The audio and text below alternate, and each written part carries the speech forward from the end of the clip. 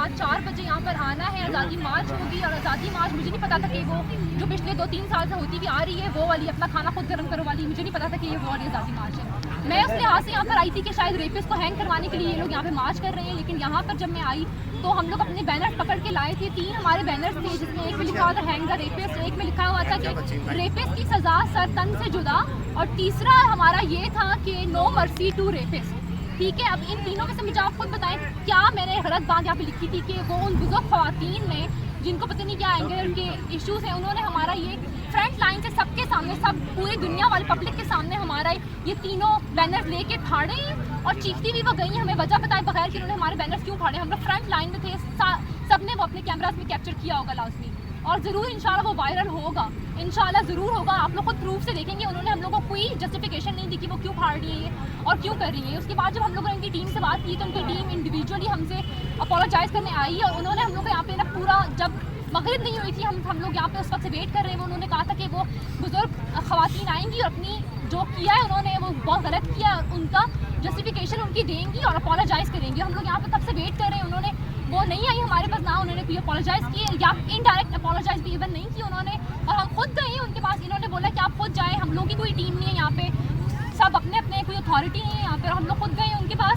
और जब हम लोग खुद गए हैं उनके पास तो उन्होंने आगे से हमें इतनी गंदी टोन में हमसे बात की, इतनी ऊंची आवाज़ में उन्होंने हमसे बात की। हम हालांकि उनसे बिल्कुल नॉर्मल जाके बात कर रहे थे कि आपने हमारे बैनर्स क्यों फाड़े हैं।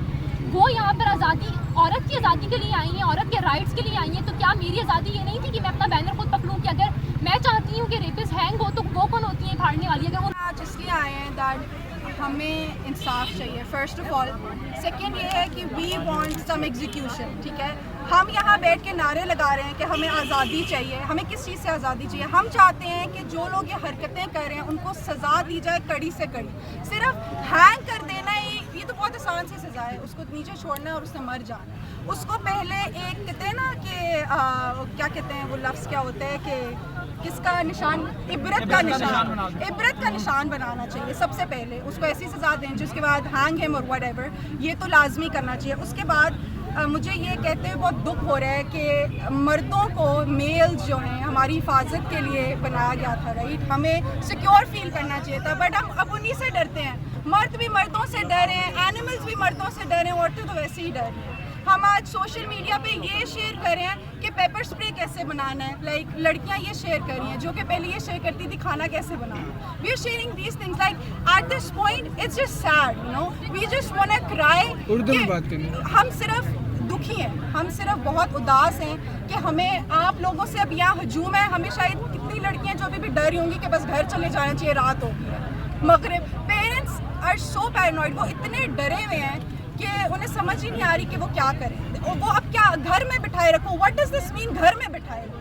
मतलब कोई इमरजेंसी नहीं हो सकती, कुछ भी नहीं हो सकता। हम चाहते हैं कि कड़ी से कड़ी सज़ा दी जाए, हमें तहफ़्फ़ुज़ दिया जाए और हम मर्दों से डरें ना। ठीक है, औरत को एक प्यार की चीज़ बनाया गया है, उसके दिल में है ही प्यार। माँ क्या चीज़ है हर बंदा जानता है, औरत का दिल ही ऐसा है। हमें सख्त होना पड़े, हमें मर्दों से डरना पड़े। We don't want this. Please just give us justice.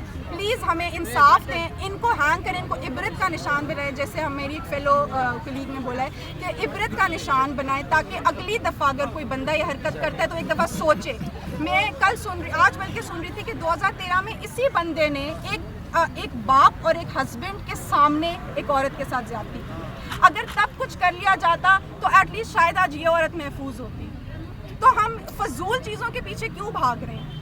Please just हमें सिर्फ इंसाफ चाहिए और हमें कुछ। Thank you so much. क्या हुआ?